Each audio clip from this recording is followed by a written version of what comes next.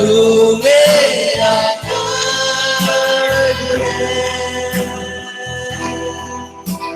संकट में मेरा दोस्त, मेरा प्रभु,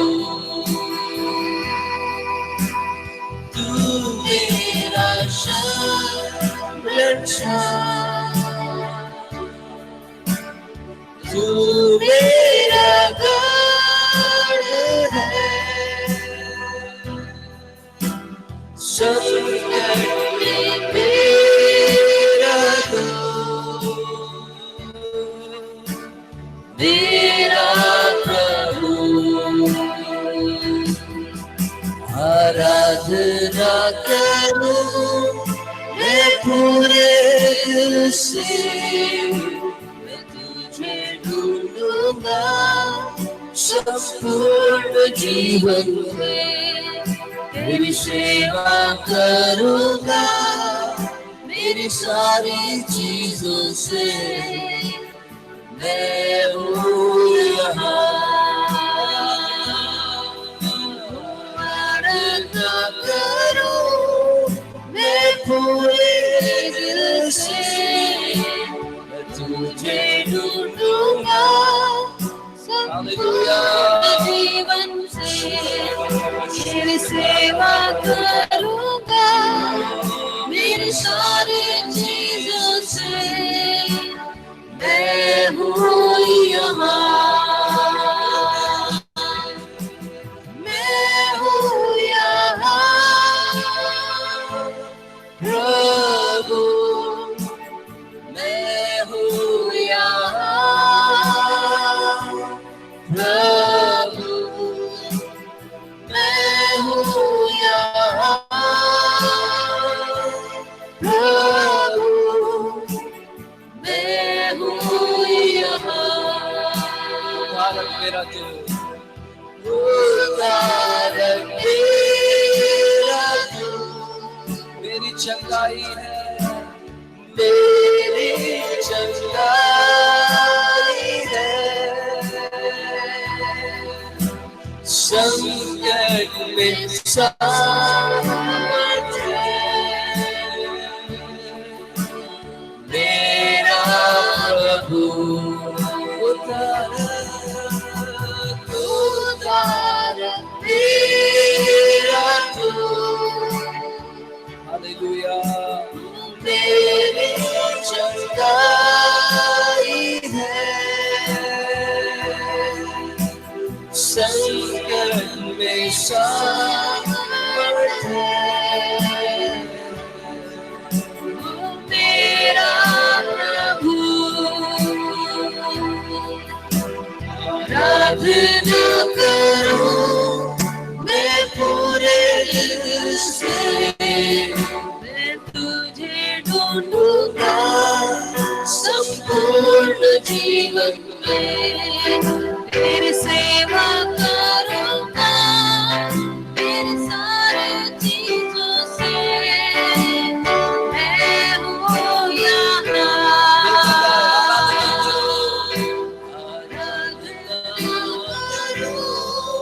मैं पूरे दिल से, मैं तुझे ढूंढूंगा संपूर्ण जीवन में, तेरी सेवा करूंगा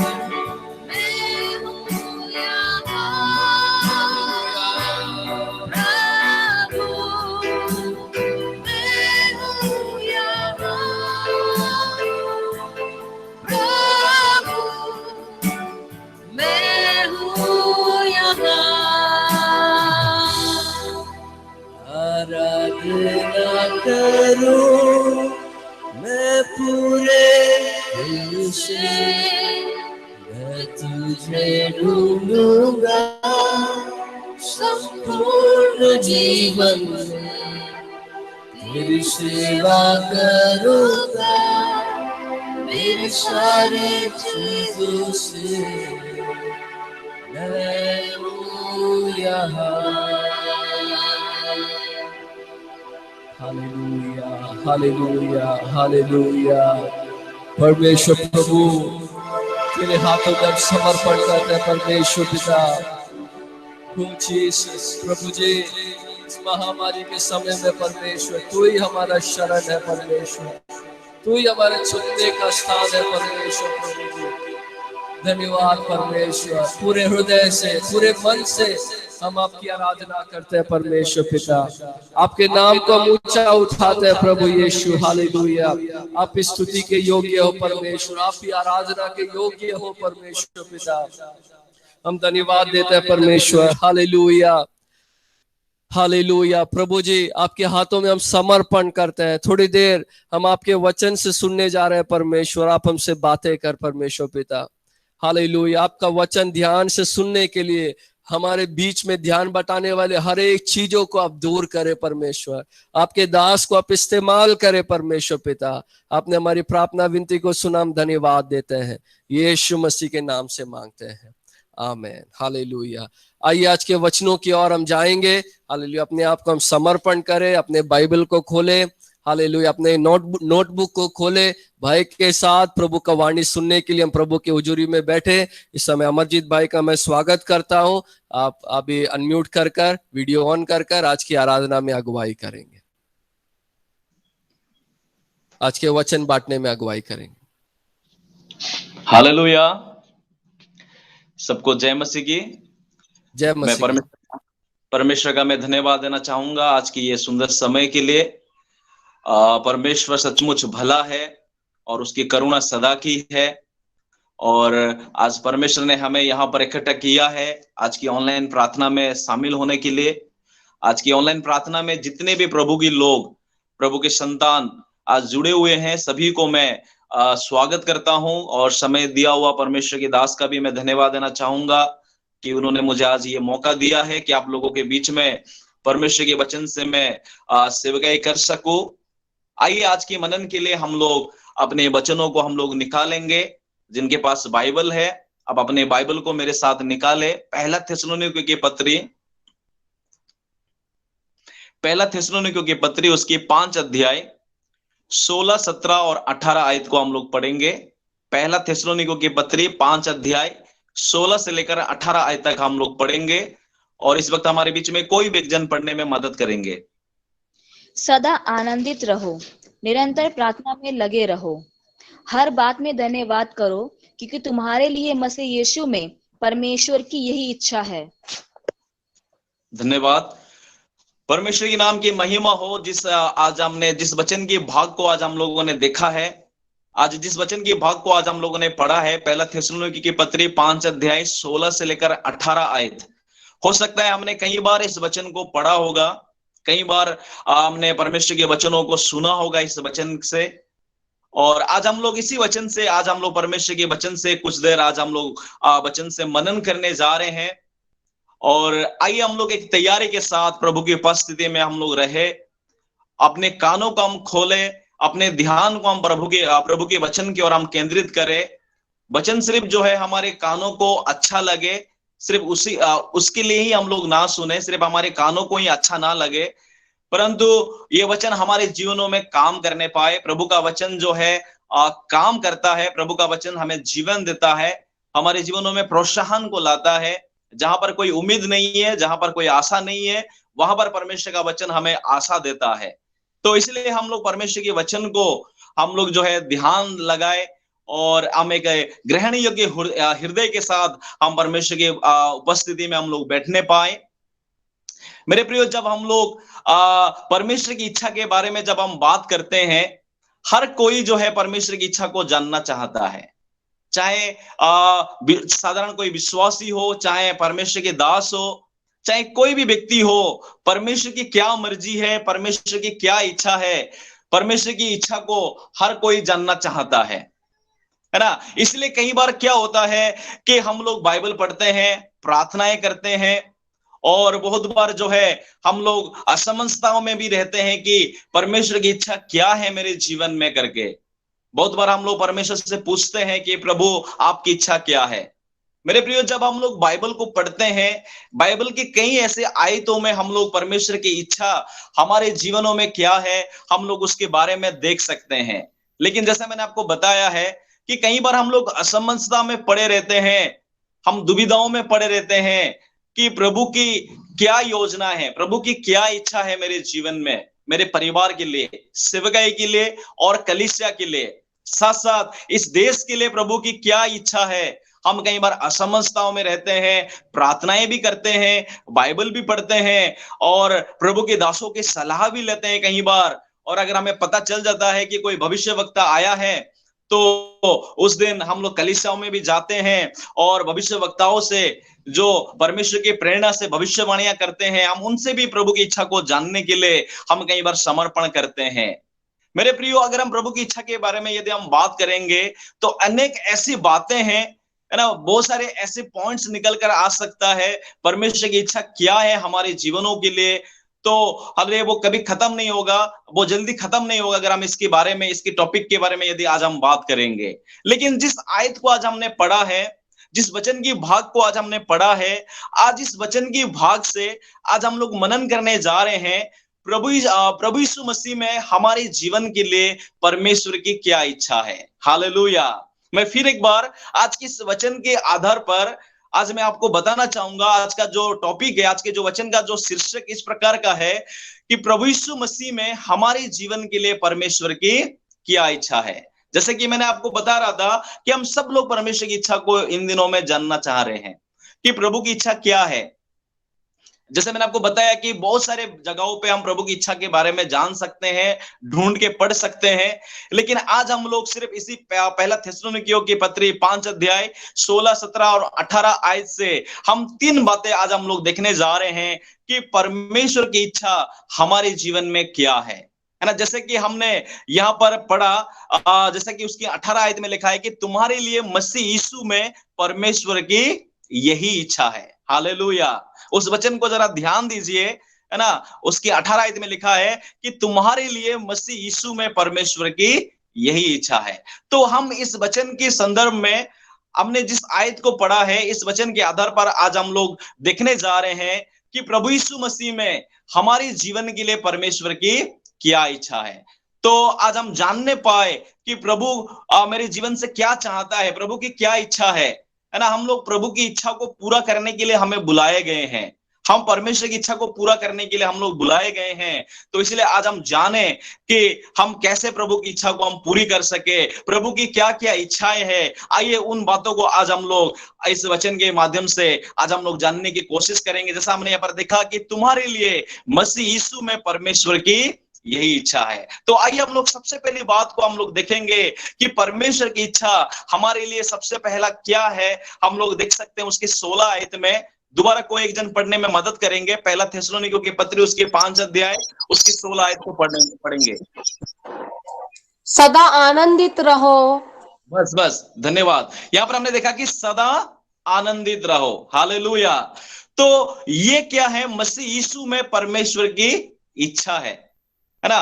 परमेश्वर की इच्छा मसीह यीशु के द्वारा हमारे जीवनों में यह है, जैसा हमने 16 आयत में पढ़ा कि सबसे पहली बात है कि हमें सदा आनंदित रहना है। हालेलुया। जैसा कि हमने यहाँ पर वचन में पढ़ा कि सदा आनंदित रहो। लेकिन यहाँ पर एक सवाल खड़ा होता है। सवाल इस प्रकार से हम पूछ सकते हैं कि क्या यह संभव है, क्या यह बात संभव है कि सदा प्रभु यीशु मसीह में, है ना, परमेश्वर की इच्छा को पूरा करने के लिए, है ना, सदा आनंदित रहना, क्या यह संभव है ना। आज हम ये सवाल अपने मन में कर सकते हैं, ये बातें हम अपने मन में प्रश्न उठा सकते हैं कि जैसा प्रभु के वचन में लिखा है कि सदा आनंदित रहो, लेकिन क्या यह संभव है ना। जैसा कि हमने यहाँ पर पढ़ा कि सदा आनंदित रहो।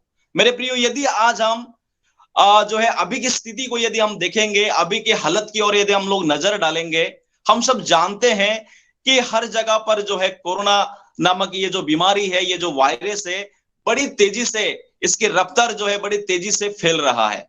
अनेक लोग जो है इस बीमारी की चपेट में आ चुके हैं। अनेक लोग जो है हॉस्पिटलों में हैं। अनेकों को जो है बेड नहीं मिल रहा है। अनेकों का इलाज नहीं हो पा रहा है। अनेक लोग जो है मृत्यु का सामना कर रहे हैं। अनेकों के अंदर में मृत्यु का भय छा चुका है ना। पिछले साल की जैसा ही ये साल जो है आ चुका है और इससे भी बढ़कर आ चुका है करके हम लोग सुन पाते हैं। अनेक लोग जो है इस प्रकार से हैं कि उनका नौकरी कहीं छूट ना जाए, है ना। नौकरी छूटने का एक डर उनके अंदर में आज पाया जा रहा है। आज हम लोग देखते हैं कि अनेक जगहों पे जो है, कुछ जगहों पे जो है हफ्ते में 1 दिन का लॉकडाउन लगाया गया है। कुछ जगह पे जो है हफ्ते में 2 दिन का लॉकडाउन लगाया गया है। कुछ कुछ जगहों पे जो है शॉटडाउन कर दिया गया है ना। कुछ दुकान वाले, बिजनेस वाले, है ना, हफ्ते में 3 दिन जो है बंद करने के लिए उन्होंने योजनाएं को उन्होंने सोच रखा है। तो कहीं ना कहीं जो है लोगों के अंदर में एक डर है और कहीं ना कहीं लोगों के अंदर में एक टेंशन है, निराशा है। कोई रास्ता दिखाई नहीं दे रहा है, कोई भविष्य नहीं दिखाई दे रहा है ना। स्कूल के बच्चों का स्कूल भी बंद है ना। बच्चों का पढ़ाई का जो है बर्बाद हो रहा है ना। अनेक अगले निराशा लोगों के जीवन में है, कोई आशा लोगों के जीवन में दिख नहीं रहा है। लेकिन सवाल जैसा हमने यहाँ पर देखा कि प्रभु के वचन में लिखा है कि सदा आनंदित रहो। हालेलुया। तो यहाँ पर इसलिए मैंने आपको सवाल पूछा कि क्या यह संभव है इस कठिन दौर में, इस कठिन मुश्किल के समय में, जहां पर नौकरी की खतरा है, जीवन का मृत्यु का खतरा है ना, निराशा है, दुख है, भय है। जब हम कोई खबर सुनते हैं तो हमारे मन में है ना चिंताएं आ जाता है, निराशाएं आ जाता है, हम सोच में डूब जाते हैं। तो क्या उस हालत में क्या यह संभव है प्रभु में सदा आनंदित रहना? मेरे प्रियो, इस वचन को जरा आप ध्यान दें। जैसा कि हमने इस वचन में हमने पढ़ा कि सदा, सदा का मतलब क्या होता है? सदा का मतलब होता है कि है ना हर स्थिति में, है ना, हर घड़ी में, है ना, प्रभु में हमें आनंदित रहना है ना। ऐसा नहीं, आज हम लोग देखते हैं कि लोग आज आनंदित कब रहते हैं, लोग कब कब खुश होते हैं? अगर उनको कोई मोबाइल मिल जाता है ना, अगर वो कोई मोबाइल खरीदते हैं, कोई नया मोबाइल अगर वो खरीदते हैं तो वो खुशी या उनके अंदर में एक आनंद आ जाता है। या अगर वो नए कपड़े खरीदा है, नए कपड़ा उन्होंने पहना है, तो उनके अंदर में एक खुशी आ जाता है। अगर कोई शादी कर रहा है तो है ना उनके अंदर में एक खुशी है, उनके अंदर में एक आनंद है। अगर उस घर पे अगर नए बच्चे का जन्म होता है ना, बच्चा जब घर पे पैदा होता है तो बड़ी खुशी, एक बड़ी आनंद हमारे जीवन में आता है। जब सब कुछ स्थिति सब कुछ सही चल रहा है तो है ना जीवन में कोई टेंशन नहीं है, कोई चिंता नहीं है, कोई भय नहीं रहता है, जीवन में सिर्फ आनंद रहता है। हम इन सब चीजों में कई बार हम क्या करते हैं, हम खुशी महसूस करते हैं। घर पे अगर कोई सामान आ जाता है, चाहे कोई टीवी आ जाए, कोई फ्रिज आ जाए, है ना, कोई चीज अगर हम खरीदते हैं, उसके द्वारा हम कई बार क्या करते हैं, हम लोग खुशियों को मनाते हैं, हम आनंदित होते हैं। लेकिन प्रभु की वचन क्या हमें सिखाता है? यहाँ पर प्रभु की वचन हमें सिखाता है कि सदा हमें आनंदित रहना है। भले ही ये हमारे लिए असंभव लगेगा, ये हमारे लिए संभव नहीं है, लेकिन प्रभु की वचन हमें क्या सिखाता है? प्रभु की वचन हमें सिखाता है कि हम सदा क्या करें, हम आनंदित रहने पाए। है ना, देखिए हमारे जीवन के कई, है ना, हमारे जीवन की कई पहलू होता है ना, सुख भी है, दुख भी है हमारे जीवन में। हम अक्सर जो है सुख का हम तलाश करते हैं, है ना, हम अपने जीवन में आनंद को ढूंढते हैं और आनंद की ही खोज करते हैं। लेकिन कई बार क्या होता है कि हम जैसा सोच के चल रहे होते हैं, जैसा हम करने के लिए सोच रहे होते हैं, कई बार उसकी विपरीत जो है हमारे जीवनों में समस्याएं आ जाती है, उसकी विपरीत कई बार जो है तकलीफें आ जाती है। हमारे जीवन की जो दूसरा पहलू होता है, कई बार दुख भी होता है, बीमारी भी है, आर्थिक तंगी भी है ना, कहीं क्लेश से होकर हमें गुजारना पड़ता है, कहीं अनुभव से होकर हमें गुजारना पड़ता है। लेकिन प्रभु का वचन हमें क्या बताता है कि सदा आनंदित रहो। हालेलुया। प्रभु की वचन हमें सिखाता है कि हम सदा आनंदित रहने पाए, चाहे कैसा भी अनुभव आए। लेकिन मेरे प्रियो, प्रभु की वचन भले ही हमें कहता है कि सदा आनंदित रहो, लेकिन आनंदित रहने का हमारे स्रोत कहां से है? हमें आनंदित किन चीजों में हमें मनाना चाहिए, है ना? हमारे आनंद हमें किस में मनाना चाहिए? हमारे आनंद का स्रोत हमें किस में हमें मनाना चाहिए? प्रभु के वचन में लिखा हुआ है, फिलिपियों की पत्री उसकी 4 अध्याय उसकी 4 आयत में लिखा हुआ है, फिलिपियों की पत्री 4 अध्याय उसकी 4 आयत में लिखा है, प्रभु में सदा आनंदित रहो। हालेलुया। मैं फिर कहता हूं, प्रभु में सदा आनंदित रहो। तो पौलुस वहां पर कहता है कि हमारे आनंद का स्रोत हमें कहां पर मनाना चाहिए। जब यहां पर पौलुस कहता है कि सदा आनंदित रहो, तो हमारे आनंद का जो स्रोत है, हमारे आनंद हमें किसमें मनाना चाहिए। पौलुस उसका उत्तर देता है फिलिपियो 4:4 में कि प्रभु में सदा आनंदित रहो। हालेलुया। आगे हम लोग देखते हैं, अरे भजन संहिता 122:1 में लिखा हुआ है, भजन संहिता 122:1 में लिखा हुआ है, दाऊद राजा वहां पर कहता है कि जब लोगों ने मुझसे कहा कि आओ हम यहोवा के भवन को चले, तब मैं आनंदित हुआ। हालेलुया। तो दूसरी बात हम लोग देखते हैं कि हमें प्रभु में आनंदित होना है, साथ साथ हमें क्या करना है, परमेश्वर की भवन में जाने में हमें आनंदित होना है। ये हमारे क्या है, आनंद का स्रोत है। ये हमारे आनंद का स्रोत है जिसमें हमें आनंद को मनाना चाहिए। जैसा कि हमने देखा कि प्रभु में सदा हमें आनंदित रहना है। दूसरा हमने देखा कि परमेश्वर की भवन में जाने में हमें आनंदित होना है। तीसरा हम लोग देख सकते हैं भजन संहिता 1 अध्याय उसके 2 आयत में, भजन संहिता 1 अध्याय उसके 2 आयत में लिखा हुआ है, परंतु वो तो यहोवा की व्यवस्था से प्रसन्न रहता है। यानी कि हमारी जो आनंद का जो स्रोत है वो है परमेश्वर का वचन, परमेश्वर की व्यवस्था, है ना, जो परमेश्वर की मुख से निकला हुआ है। तो परमेश्वर की वचन में हमें आनंदित रहना है, ये हमारे आनंद का स्रोत है। तो मैंने अभी तक आपको 3 बातें बताया है कि प्रभु में हमें आनंदित रहना है, परमेश्वर की भवन में जाने में आनंदित रहना है, और परमेश्वर की वचन जो है हमारे लिए आधार है, उसमें हमें प्रसन्न होना है और उसमें दिन रात हमें ध्यान करना है। मेरे प्रियो, अगर हम इन सब चीजों को कर रहे हैं, अगर हमारी आनंद का स्रोत को यदि हम कर रहे हैं, तो मेरे प्रियो मैं आपको बताना चाहूंगा कि कोई भी हालत, कोई भी स्थिति जो है, हमें हालेलुया प्रभु यीशु मसीह में, प्रभु में सदा आनंदित रहने में हमें कोई भी हमारे आनंद को छीन नहीं सकता है। हालेलुया।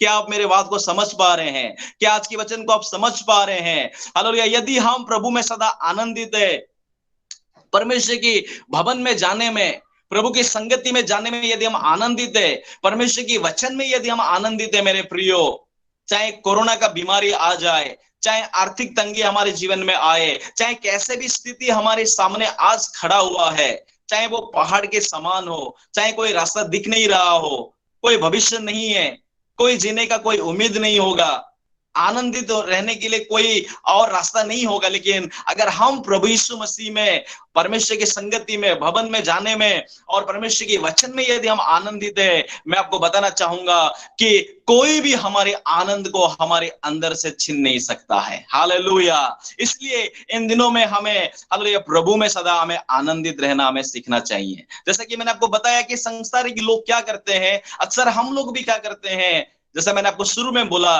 कि अगर हम कोई मोबाइल खरीद लिया तो हमें बड़ी खुशी हो जाती है ना, कोई नया कपड़ा मैंने खरीदा तो हमें बड़ी खुशी होती है, किसी शादी में हम गए, किसी मेहमान के यहाँ गए तो हमें बड़ी खुशी होती है। लेकिन मेरे प्रियो, ये खुशी के साथ यदि, इस आनंद के साथ यदि हम चलते हैं, तो जीवन में जो कठिनाई आती है, जीवन में जो परीक्षाएं आती है, जीवन में जो बीमारियां आती है, कई बार हम जो है, हम प्रभु में आनंदित नहीं हो पाते हैं।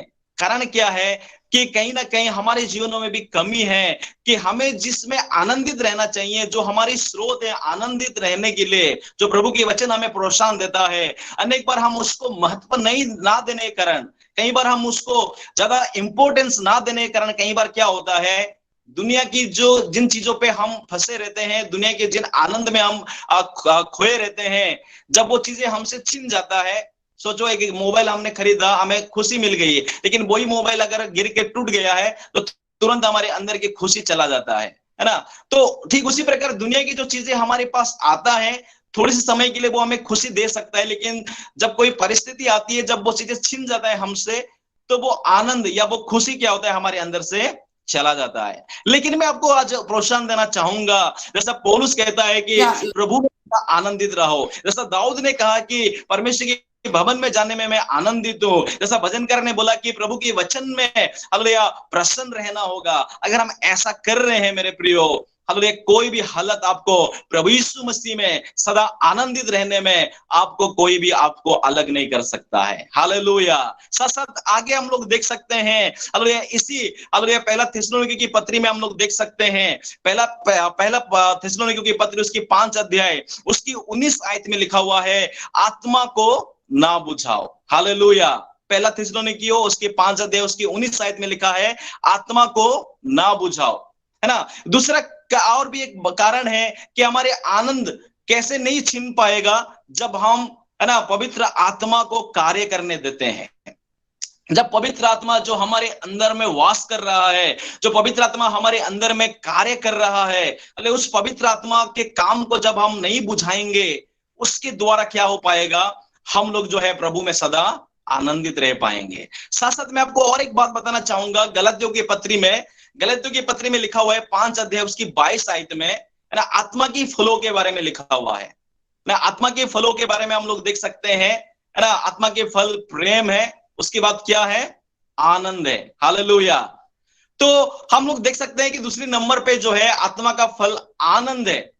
अगर वो आत्मा का फल यदि हमारे अंदर में भरा हुआ है, पवित्र आत्मा का जो फल है आनंद यदि हमारे अंदर में अपूर्ण रीति से यदि भरा हुआ है, उसकी परिपूर्णता से यदि हम चल रहे हैं और आत्मा को यदि हम नहीं बुझा रहे हैं, आत्मा की प्रेरणा को यदि हम नहीं बुझा रहे हैं, तो मेरे प्रियो मैं आज आपको बताना चाहूंगा कि हालेलुया, कोई भी आपकी आनंद को आपसे छीन नहीं पाएगा। हालेलुया। चाहे हले बीमारी रहेगा, चाहे कष्ट रहेगा, चाहे दुख रहेगा, कई सारी चिंताएं आपके जीवन में रहेगा, लेकिन आपके अंदर में पवित्र आत्मा काम कर रहा है। आपके अंदर में हालेलुया जो है पवित्र आत्मा के कार्य बहुतायत से हो रहा है। आप पवित्र आत्मा के फलों से भरे हुए हैं। जो पवित्र आत्मा का फल आनंद है, उस आनंद में आप भरे हुए हैं। इसलिए क्या है, सांसारिक चीजें जो है आपको दुखी कर सकता है, सांसारिक चीजें जो है आपके जीवन में निराशाओं को ला सकता है, चिंताओं को ला सकता है, भय को ला सकता है।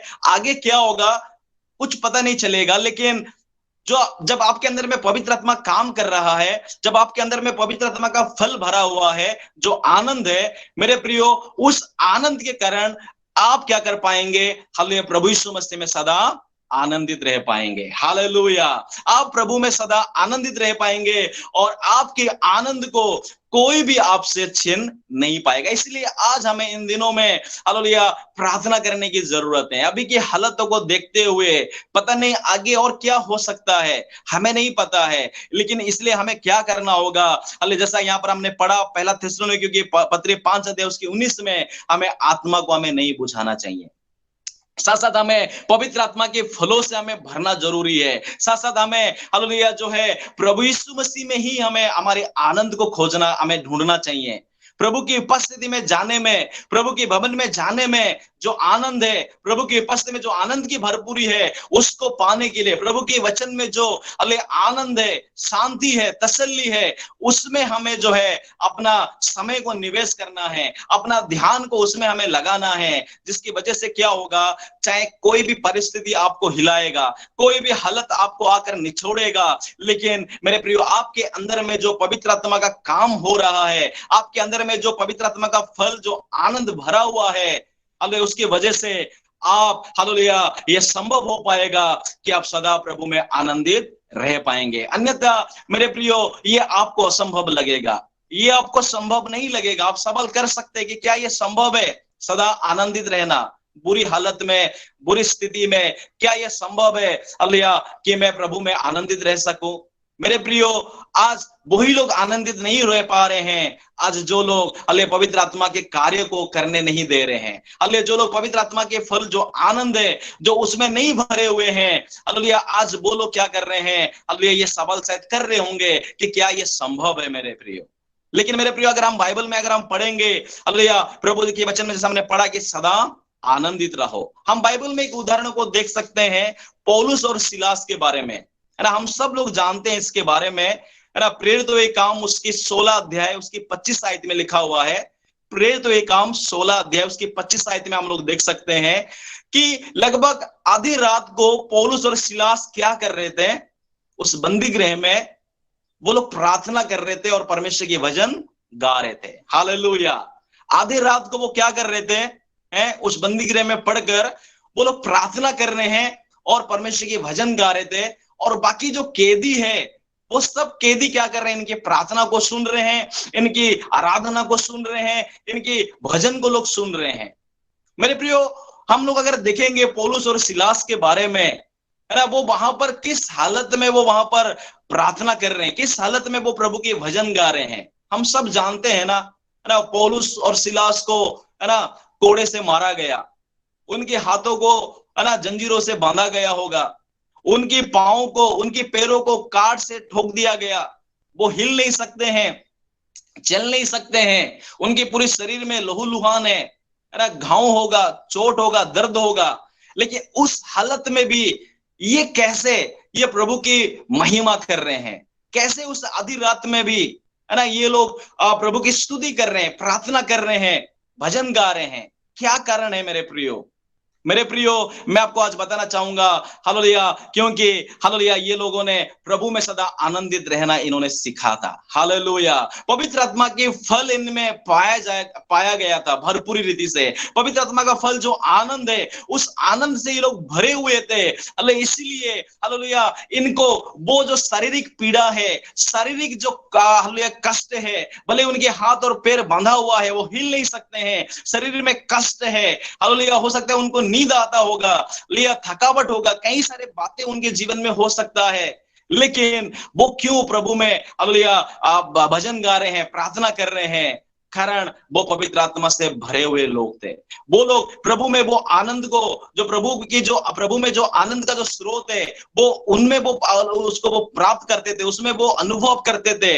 इसलिए उस पीड़ा में भी पौलुस और सिलास वे प्रार्थना कर रहे थे और प्रभु के भजन गा रहे थे। साथ साथ मैं और एक बात आपको बताना चाहूंगा, हालेलुया पौलुस और सिलास वो भले ही शारीरिक रीति से वो पीड़ाओं में है, दर्द में है, कष्टों में है, उनके हाथ और पैर बांधा हुआ है, लेकिन मैं आपको बताना चाहूंगा कि वो हालेलुया अंदर हालेलुया वो फ्री थे। हालेलुया वो अंदर स्वतंत्र थे। इस बात को आप समझ पा रहे हैं मेरे प्रियो? हालेलुया वो भले ही शारीरिक रीति से वो बंधे हुए हैं, वो उस बंदी गृह के हालेलुया अंदर वो पड़े हुए हैं, अल्ले वहां पर कोई शायद कोई रोशनी नहीं होगा, वहां पर कष्ट है, पीड़ा है, अल्ले उनके कष्ट उनके जीवनों में है, वो चल नहीं पा रहे होंगे, कष्ट में होंगे, लेकिन वो शारीरिक पीड़ा, वो शारीरिक बंधन जो उनके अंदर में जो स्वतंत्रता था, वो स्वतंत्रता को कोई रोक नहीं पाया हालेलुया प्रार्थना करने के लिए, वहां पर प्रभु की भजन गाने के लिए कोई उनको रोक नहीं पाया। इसलिए हालेलुया वो उस रात को जो है हालेलुया प्रार्थना कर रहे थे और भजन गा रहे थे। आज मैं आपको बताना चाहूंगा मेरे प्रियो, आज हो सकता है हम हालेलुया संसार के न्यूज को सुनकर हालेलुया अनेक ऐसे बातों को आज हम हालेलुया सामना कर आज हो सकता है आज हम भी एक जगह से दूसरी जगह नहीं जा पा रहे होंगे, आज हो सकता है हम भी परेशानियों का सामना कर रहे होंगे, दर्द का सामना कर रहे होंगे, हमें बड़ी कठिनाई सामना करना पड़ रहा होगा, लेकिन मेरे प्रियो क्या आप हालेलुया अंदर आप फ्री महसूस कर रहे हैं? हालेलुया आपकी आत्मा में, आपके हृदय में, आपकी प्राण में, आपके अंदर में क्या आप उस स्वतंत्रता को महसूस कर पा रहे हैं पौलुस और सिलास के समान? आज आपकी परिस्थिति आपको प्रभु को धन्यवाद देने के लिए, प्रभु की उपस्थिति में आने के लिए, परमेश्वर की आराधना करने के लिए, प्रभु की स्तुति करने के लिए, प्रार्थना करने के लिए, आनंदित रहने के लिए आपको इजाजत नहीं देगा आपकी हालत। लेकिन मेरे प्रियो अगर आप अंदर स्वतंत्रता को महसूस कर रहे हैं कि प्रभु यीशु मसीह ने मुझे स्वतंत्र किया है, प्रभु यीशु मसीह ने मेरे श्राप को दूर किया है, प्रभु यीशु मसीह ने मेरे लिए कोड़े खाया है ताकि मैं चंगे हो जाऊं, प्रभु यीशु मसीह ने मेरे पाप का बोझ को लेकर, मेरे हालेलुया अपराधों का बोझ को लेकर वो क्रूस पे चढ़ गया और मुझे नरक की आग से बचाया, मुझे शैतान के बंधनों से उसने मुझे मुक्त किया, मुझे गुलामी से वो मुझे मुक्त किया है, मैं स्वतंत्र हो गया हूं। इसलिए ये शारीरिक पीड़ा, ये शारीरिक कष्ट जो है मुझे रोक नहीं सकता है प्रभु की आराधना करने के लिए। हालेलुया प्रभु को हालेलुया महिमा देने के लिए, प्रभु में आनंदित रहने के लिए ये मुझे रोक नहीं सकता है। इसलिए मेरे प्रियो, उस दिन पौलुस और सिलास उस बंदी गृह में पड़े हुए भी अपनी परेशानियों के बारे में उन्होंने नहीं सोचा, परंतु जो अंदर उनको हालेलुया जो स्वतंत्रता मिली थी, उस स्वतंत्रता के कारण वे प्रभु में आनंदित होकर वे हालेलुया गीत को गा रहे थे और प्रार्थना कर रहे थे। हालेलुया। इसलिए पौलुस क्या कहता है, कोई एक जन मेरे लिए पढ़ने में मदद करना है। दूसरा कुरिन्थियों में पौलुस क्या बोलता है, हम लोग पढ़ेंगे। उस वचन को जरा मुझे जांचने दीजिए। दूसरा कुरिन्थियों उसकी 6 अध्याय उसकी 10 आयत में पौलुस क्या कहता है, जरा पढ़ेंगे कोई एक जन। दूसरा कुरिन्थियों 6 अध्याय उसकी 10 आयत। शोक करने वालों के समान है, परंतु सर्वदा आनंद करते हैं। कंगालों के समान, शोक करने वालों के समान है परंतु सर्वदा आनंद करते हैं। कंगालों के समान है परंतु बहुतों को धनवान बना देते हैं। हालेलुया। इस वचन को जरा आप ध्यान से देखना। दूसरा कुरिन्थियों 6 अध्याय 10 आयत में शोक करने वालों के समान हम दिखाई दे रहे हैं, है ना। निराशा के जैसा इंसान हम दिखाई दे रहे हैं। चिंताओं में पड़े हुए लोगों के समान हम दिखाई दे रहे होंगे।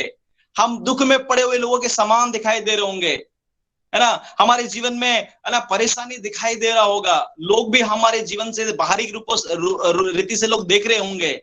लेकिन यहाँ पर पौलुस क्या कहता है, परंतु सर्वदा हम क्या करते हैं, हम आनंदित रहते हैं। हम कंगाल दिखाई दे रहे हैं लेकिन हम क्या करते हैं, दूसरों को धनवान बना देते हैं। हालेलुया। ये है हालेलुया मसीह लोगों की हालेलुया विशेषता है। हालेलुया। आज हमारे पास कुछ भी नहीं है लोगों को देने के लिए, लेकिन हम दूसरों को दे सकते हैं हालेलुया प्रभु में होकर।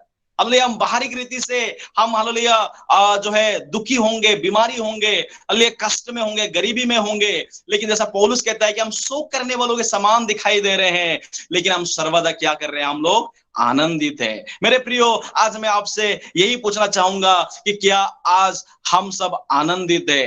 क्या हालेलुया हम आनंदित रहना आज हम सीखना चाहते हैं? मेरे प्रियो, इसलिए आइए हम लोग अपने जीवन को समर्पण करें। हालेलुया नेहमिया में लिखा हुआ है, हालेलुया नेहमिया इस प्रकार कहता है, नेहमिया उसके 8 अध्याय उसकी 10 आयत में हालेलुया नेहमिया इस प्रकार कहता है कि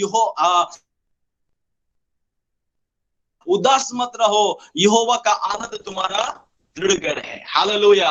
उदास मत रहो, निराशा में मत रहो, चिंताओं में मत रहो, यहोवा का आनंद तुम्हारा दृढ़ है। हालेलुया। परमेश्वर की आनंद क्या है? हमारे लिए बल है, हमारे लिए ताकत है, जिसकी वजह से हम क्या कर पाएंगे, हमारे जीवन की सारे समस्याओं में भी, हमारे जीवन के सारे क्लेशों में भी हालेलुया भले ये सब चीजें हमें इजाजत नहीं देगा आनंदित रहने के लिए, लेकिन यदि हम पवित्र आत्मा के द्वारा चल रहे हैं, अगर हम आत्मा को नहीं बुझा रहे हैं, यदि पवित्र आत्मा के फलों से यदि हम परिपूर्ण है, भरे हुए हैं, मेरे प्रियो, तो हम प्रभु में सदा आनंदित रह पाएंगे। इसलिए मेरे प्रियो ये संभव है। इसलिए आज हमें इन दिनों में प्रार्थना करना है कि प्रभु मुझे पवित्र आत्मा से तू भर, मुझे पवित्र आत्मा से तू परिपूर्ण कर। यदि हमारे अंदर में पवित्र आत्मा काम यदि खत्म हो चुका है, यदि हम पवित्र आत्मा के कार्यों को यदि हम अनुभव नहीं कर पा रहे हैं, यदि पवित्र आत्मा का काम यदि बुझ गया है, आज हमें प्रार्थना करना है कि पवित्र आत्मा आप अपने कार्यों को मेरे जीवन में करे, आप अपने कार्यों को मेरे जीवन में आप जलाओ, ताकि जिसकी वजह से मैं हालेलुया ये सभी कठिन समय में भी,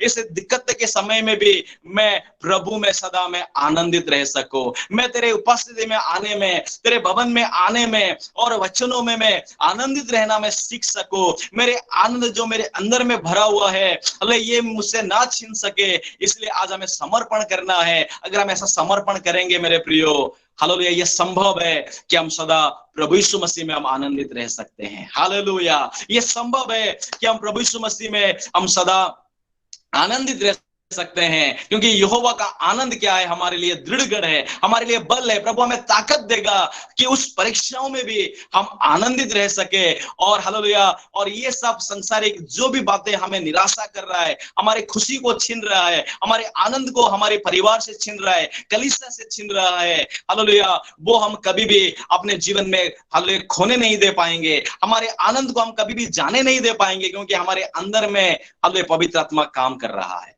हमारे अंदर में पवित्र आत्मा का फल जो है आनंद है, वो भरपूरी से भरा हुआ है। इस वजह से हमारे आनंद को कोई भी हमसे छीन नहीं पाएगा, जिसकी वजह से हम प्रभु यीशु मसीह में सदा आनंदित रह सकते हैं। हालेलुया। इसलिए यहाँ पर हमने प्रभु के वचन में पढ़ा कि तुम्हारे लिए मसीह यीशु में परमेश्वर की यही इच्छा है। हालेलुया। क्या आप इस बात को समझ रहे हैं कि परमेश्वर की इच्छा ये है कि मैं सदा आनंदित रहने पाऊं, पवित्र आत्मा से भरकर, पवित्र आत्मा के फल जो आनंद है उसमें मैं भरकर मैं हर परिस्थिति में मैं प्रभु में सदा में आनंदित रह सकूं, क्योंकि ये प्रभु यीशु मसीह में परमेश्वर की यही इच्छा है। अगर आज आप परमेश्वर की इच्छा की खोज में हैं, प्रभु की इच्छा क्या है मेरे जीवन में, यदि आप सोच रहे हैं, आप असमझताओं में हैं, आप श्योर नहीं है, मेरे प्रियो, आज आपको प्रार्थना करने की जरूरत है। इन दिनों में हमारे प्रार्थना के एक आधार होना चाहिए कि प्रभु हालेलुया कि मैं तेरी इच्छा को मैं पूरी करने वाला बनने पाऊं, प्रभु मेरे आनंद को मेरे अंदर से कोई छीनने ना पाए। मैं नहीं जानता हूं कि आपके आनंद कब चला गया है, आपके अंदर की खुशी किस वजह से चला गया है, मैं नहीं जानता हूं। हो सकता है आपकी उद्धार की आनंद चला गया होगा, हो सकता है पहले प्रभु की उपस्थिति में आकर आप आराधना करते थे, एक बड़ी खुशी, एक बड़ी आनंद आपके अंदर में था, आज हो सकता है वो चला गया होगा। ले दाऊद के समान क्या प्रार्थना कर पाएंगे कि प्रभु तेरे उद्धार के आनंद को, उद्धार के हर्ष को तू मुझे फिर से लौटा दे। हालेलुया। क्या हम ऐसा प्रार्थना आज कर सकते हैं कि प्रभु तेरे उस उद्धार के आनंद को तो मेरे जीवन में लौटा दे। प्रभु ये जो भी हालेलुया बातें हैं, जो भी स्थिति जो मेरे आनंद को छीन रहा है, हालेलुया, जो सच्ची आनंद जो मैं अनुभव नहीं कर पा रहा हूं, प्रभु आज वो आनंद से मुझे तू भर, ताकि प्रभु मैं सांसारिक चीजों पे, सांसारिक बातों पे मैं डिपेंड ना होकर, प्रभु मैं तेरे ऊपर निर्भर होकर, प्रभु मैं तुझ में सदा आनंदित रह सकूं। आज हम कितने लोग इसके लिए आज हम समर्पण कर रहे हैं मेरे प्रियो, कितने लोग आज हम करना चाहते हैं। अगर हम सच में प्रभु में आनंदित रहना चाहते हैं, और वो भी सदा हमेशा किसी भी स्थिति आ जाए, मेरे प्रियो आज हमें आइए हम पवित्र आत्मा से परिपूर्ण हो जाए, पवित्र आत्मा के फलों से हम परिपूर्ण हो जाए, और आत्मा के कार्य को हम लोग ना बुझाने पाए, ताकि हम सदा आनंदित रह सके, और उसके द्वारा हालेलुया मसीह यीशु में परमेश्वर की इच्छा को हम लोग पूरी कर सके। हालेलुया। अब आइए हम लोग दूसरी बात को हम लोग देखेंगे कि हालेलुया कि परमेश्वर की इच्छा मसीह यीशु में हमारे लिए क्या है। उसकी 17 आयत को जरा पढ़ने में मदद करेंगे। पहला थिस्सलुनीके की पत्री उसकी 5 अध्याय उसकी 17 आयत को कोई भी एक जन पढ़ने में मदद करेंगे। निरंतर प्रार्थना में लगे रहो। धन्यवाद। यहाँ पर हमने देखा कि दूसरी जो परमेश्वर की इच्छा है वो ये है कि निरंतर प्रार्थना में लगे रहो। हालेलुया। यहाँ पर प्रभु के वचन में हमने पढ़ा कि ना केवल सदा आनंदित रहना है, परंतु दूसरी बात भी हमने यहाँ पर देखा कि निरंतर प्रार्थना में लगे रहो। यहाँ पर हमने पढ़ा कि निरंतर, है ना, निरंतर का मतलब क्या है कि बिना रुके हुए प्रार्थना करना।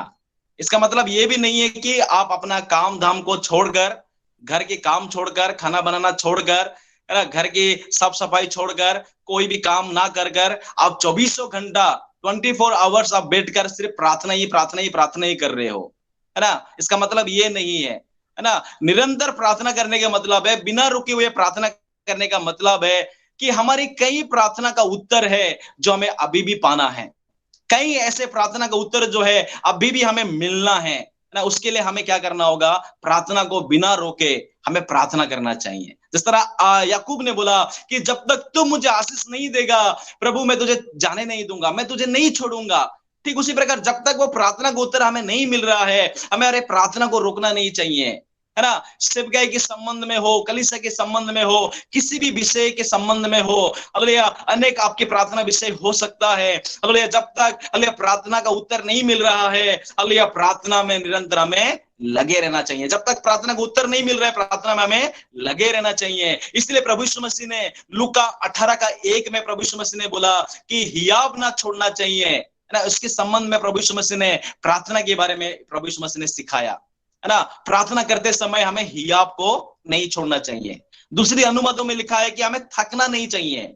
जब हम प्रार्थना कर रहे हैं, करते जा रहे हैं, किसी बात का उत्तर पाने के लिए हमें थकना नहीं चाहिए, है ना। पिछले दिनों में क्या हुआ कि एक परिवार से एक बहन का फोन आया मेरे पास, और वो बहन इस प्रकार से शिकायत करने लगी अपने पति के बारे में, है ना। और मैं उसकी बात से, उनकी लड़ाई से मैं 2 बातें समझ पाया कि पहली बात वो इस प्रकार से बोलने लगी, मैं समझ पाया कि उस घर का जो मुखिया है, पति है, नौकरी में नहीं जा रहा है ना, वो कुछ कमाता नहीं है, इस वजह से उस परिवार में क्या है, लड़ाई है।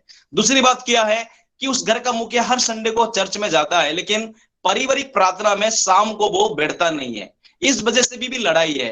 तो उस घर की पत्नी मुझे इस प्रकार बता रही है कि क्या फायदा है नामधारी मसीह होकर, सिर्फ चर्च में जाना ही काफी नहीं है, परंतु घर पे भी तो बैठना चाहिए। मेरे इस आदमी को तो समझाओ। तो मैंने उस बहन को बोला कि बहन, आप ऐसा लड़ना नहीं है, ऐसा झगड़ना नहीं चाहिए। ठीक है, वो चर्च में जाता है हर संडे को, अच्छी बात है, लेकिन अगर पारिवारिक प्रार्थना में नहीं बैठ रहा है तो जबरदस्ती नहीं बैठाओ, है ना। उनसे आप लड़ना नहीं है। आपकी प्रार्थना में भी बाधाएं हो सकता है, आप उनके लिए बैठकर प्रार्थना करो ताकि प्रभु उनको मन दे कि वो भी आपकी पारिवारिक प्रार्थना में आकर शामिल हो सके। और आप हो सके तो उनके लिए उपवास करो, प्रार्थना करो। तो वो बहन का जवाब क्या था आपको पता है? उसने कहा कि पास्टर जी, मैंने देख लिया हूं, मैंने बहुत बार प्रार्थना करके देख लिया हूं, मैं उपवास करके देख लिया हूं, ये आदमी कभी नहीं बदलेगा, मैं थक चुकी हूं करके उसने बताया।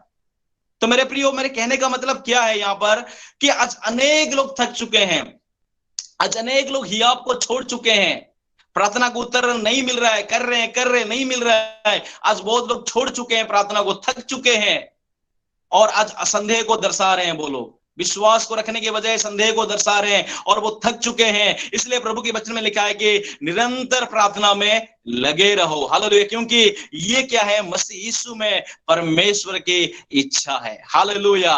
ये हालेलुया, मसीह यीशु में परमेश्वर की हालेलुया हमारे लिए इच्छा है मेरे प्रियो। हालेलुया। आज अगर हम देखेंगे, आज की वर्तमान स्थिति को अगर हम देखेंगे, आज की हालत की ओर अगर हम नजर डालेंगे, आज हर किसी को प्रार्थना की जरूरी है। चाहे वो विश्वासी हो या अविश्वासी हो, चाहे वो प्रभु के दास हो या प्रभु के दास ना हो, चाहे वो अन्य जाति हो, चाहे प्रभु की संतान हो, कोई भी हो, आज देश के हर किसी व्यक्ति को जो है प्रार्थना का सख्त जरूरी है। कलीसिया में प्रार्थना का सख्त जरूरी है, क्योंकि देश जो है नाश की ओर जा रहा है, देश जो है विनाश की ओर जा रहा है। हालेलुया। हम योना के समान प्रभु की लोग, मैं आपको बताना चाहूंगा, हालेलुया, विश्वासी लोग मैं आपको बताना चाहूंगा कि हम योना के समान उस जहाज के निचले भाग में जाकर क्या आज हम सो रहे हैं। बाकी अन्य जाति लोग, उस जहाज में यात्रा करने वाले लोग अपने देवताओं की दुहाई दे रहे हैं, वो सच्चे परमेश्वर को नहीं जानते हैं। लेकिन हम सच्चे परमेश्वर को जानने वाले लोग, जीवित परमेश्वर की सेवा करने वाले लोग, अल्लाह सच्चे परमेश्वर की आराधना करने वाले लोग, आज हम ये सब कुछ जानने के बाद भी क्या आज हम लापरवाही के साथ उसे निचले भाग में जाकर गहरे नींद में आज हम सो रहे हैं। हालेलुया। आज ये जरूरत है मेरे प्रियो, देश की हालत को देखते हुए हालेलुया निरंतर प्रार्थना में लगे रहने के लिए। हालेलुया। थोड़ी देर पहले प्रभु के दास बता रहे थे कि हालेलुया धर्मियों के प्रार्थनाओं में प्रभाव है। आज दवाइयों में प्रभाव नहीं है, देश की सरकार देश को चला रही लेकिन उसका कोई प्रभाव नहीं है ना। कई सारे आइडियाज लाया जा रहा है लेकिन उसका कोई प्रभाव नहीं है। लेकिन मेरे प्रियो, धर्मी लोग, प्रभु के लोग, चुने हुए लोग, जो दिन रात प्रार्थना करने वाले लोग अगर लो लगाकर प्रार्थना करेंगे, हालेलुया, धर्मियों के प्रार्थना कभी भी व्यर्थ नहीं जाएगा। धर्मियों के प्रार्थना के द्वारा देश में प्रभाव पड़ेगा, देश जो का त्यों होगा, हमारे कलीसिया जो का त्यों होगा, विश्वासी जो का त्यों होंगे। हालेलुया। ऐसा एक दिन आएगा। इसलिए मेरे प्रियो, हमें प्रार्थनाओं को नहीं छोड़ना चाहिए, हमें थकना नहीं चाहिए, हमें हियाब को नहीं छोड़ना चाहिए, निरंतर हमें प्रार्थना करना चाहिए, क्योंकि इन दिनों में प्रार्थना का बहुत जरूरी है। एक प्रार्थना का एक वेदारी, एक प्रार्थना का एक लहर हमारे बीच में खड़ा होना चाहिए, प्रार्थना करने वाले झुंड हमारे बीच में खड़ा होना चाहिए, प्रार्थना करने वाले दल हमारे बीच में खड़ा होना चाहिए, व्यक्तिगत प्रार्थना करने वाले लोग हमारे बीच में खड़ा होना चाहिए, ताकि हालेलुया इस देश में एक बदलाव आ सके, कलीसिया में बदलाव आ सके, हमारे आत्मिक जीवन में एक बदलाव आ सके। इसलिए मेरे प्रियो, हमें निरंतर जो है प्रार्थना में हमें लगे रहना चाहिए। हालेलुया। मैं क्यों ये बात आपको बता रहा हूं कि हमें निरंतर प्रार्थना क्यों करना जरूरी है, प्रार्थना में क्यों करना जरूरी है मेरे प्रियो, है ना। 3 बातें मैं इसके बारे में बताऊंगा, आप लोग जल्दी जल्दी पढ़ने में मदद करेंगे। इफिसियों की पत्री उसके 6 अध्याय, इफिसियों की पत्री 6 अध्याय उसके 18 आयत को कोई भी एक जन पढ़ने में मदद करेंगे। हम इसमें देखने जा रहे हैं कि हमें निरंतर प्रार्थना हमें क्यों करना चाहिए, है ना। पहली बात हम देखेंगे इफिसियों 6 का 18 जरा पढ़ने में मदद करेंगे। हर समय और हर प्रकार से आत्मा में प्रार्थना और विनती करते रहो, और इसीलिए जागते रहो कि सब पवित्र लोगों के लिए लगातार विनती किया करो। आमीन। हालेलुया। बहुत धन्यवाद। यहाँ पर हमने पढ़ा कि हर समय और हर प्रकार से आत्मा में प्रार्थना और विनती करते रहो, और इसीलिए जगते रहो कि सब पवित्र लोगों के लिए लगातार विनती किया करो। मेरे प्रियो, इस वचन के थोड़ा सा ऊपर वचन को अगर हम पढ़ेंगे, मेरे प्रियो, हम लोग एक आत्मिक युद्ध में हैं। हमारी जो लड़ाई है, हमारी जो युद्ध है, किसी लहू और मांस के साथ नहीं है, किसी मनुष्यों के साथ नहीं है, हमारे मोहल्ले लोगों के साथ नहीं है, परंतु हमारी लड़ाई, हमारे युद्ध जो है अले संसार के अधिकारों के साथ है, दुष्ट आत्माओं के साथ है, शैतान के साथ है, इस संसार के अधिपतियों के साथ है। इसलिए मेरे प्रियो, प्रभु के वचन में लिखा है कि हर समय हर प्रकार से आत्मा में प्रार्थना और विनती करो, है ना। उसकी 13 आयत में भी लिखा है कि हालेलुया जो है, ये जो है परमेश्वर के एक हथियार है ना, परमेश्वर की हथियार है, जिसको हमें धारण कर कर जो है शैतान का हमें सामना करना है। और बुरे दिनों का सामना करने के लिए हमें जो है प्रार्थना हमें निरंतर करना चाहिए। प्रार्थना को बिना रोके हुए निरंतर हमें प्रार्थना में हमें लगे रहना चाहिए, ताकि बुरे दिनों का हम सामना कर सके, शैतान का सामना हम कर सके, बुरे दिनों का सामना हम कर सके। इसलिए हमें जो परमेश्वर के द्वारा दिया हुआ वो जो हथियार है, उसमें से एक प्रार्थना भी है, उस प्रार्थना को हमें करना होगा। इसलिए मैंने बोला कि प्रार्थना करने वाले लोग इन दिनों में खड़ा होना चाहिए। हालेलुया, यूना के समान हालेलुया सोए हुए लोगों को आज प्रभु जगा रहा है, जागरूक कर रहा है कि आज हम जग जाए। देश की हालतों को देखकर, कलीसिया की हालतों को देखकर हम प्रार्थना में लगे रहने पाए, बोझ के साथ हम प्रार्थना करते रहने पाए, ताकि प्रभु इस देश में काम करने पाए। इसलिए यहाँ पर हमने देखा कि बुरे दिनों का सामना करने के लिए हमें प्रार्थना करना जरूरी है। आत्मा में हमें प्रार्थना करना चाहिए, पवित्र लोगों के लिए, विश्वासी लोगों के लिए, ताकि हमारे बीच में विश्वासी लोग कम ना होने पाए, विश्वासी लोग अपने विश्वास को ना त्यागने पाए, कोई भी लोग, कोई भी जन अपने जो है धार्मिकता से भ्रष्ट ना होने पाए, एक भी जन जो है उद्धार से दूर ना होने पाए। इसलिए हमें उनके लिए जगते हुए हमें प्रार्थना करने की आज हमें जरूरत है। इसलिए जैसा मैंने बोला कि बुरे दिनों का सामना करने के लिए हमें प्रार्थना करना जरूरी है ना। आज की स्थिति को अगर हम देखेंगे, एक बुरा दिन ही आया हुआ है, एक बुरे दिनों का सामना हम कर रहे हैं, हो सकता है हम करेंगे भी ना। हमारे कलीसिया के लोग, हो सकता है अनेक लोग जो है नौकरी के खतरे में होंगे, नौकरी कईयों का छूट गया होगा, एक बुरे दिनों का हम सामना कर रहे हैं, एक तंगी का सामना हम कर रहे हैं, कोई रास्ता दिख नहीं रहा है, लेकिन इस बुरे दिनों का सामना करने के लिए हमें प्रभु से प्रार्थना करना है, प्रभु से बल मांगना है कि प्रभु इस बुरे दिनों का मैं सामना कर सकूं। Hallelujah, hallelujah. दूसरी बात हम लोग देख सकते हैं कि हमें क्यों प्रार्थना करना चाहिए निरंतर। मत्ती रचित सुसमाचार उसके 26 अध्याय उसके 41 आयत में लिखा हुआ है। मत्ती रचित सुसमाचार उसके 26 अध्याय उसके 41 आयत में प्रभु यीशु मसीह ने अपने चेलों को बताया कि जगते रहो और प्रार्थना करते रहो, ताकि तुम परीक्षा में ना पड़ो। हालेलुया। हमें क्यों निरंतर प्रार्थना में लगे रहना चाहिए? इसलिए मेरे प्रियो, ताकि हम परीक्षाओं में हम ना पड़ सके। मेरे प्रियो, एक ऐसा दौर चल रहा है कि कोई भी जन अपने विश्वास को त्याग सकता है, कोई भी व्यक्ति अपने प्रार्थना जीवन को त्याग सकता है, कोई भी व्यक्ति संसारिक हो सकता है, कोई भी व्यक्ति यीशु मसीह को इनकार कर सकता है।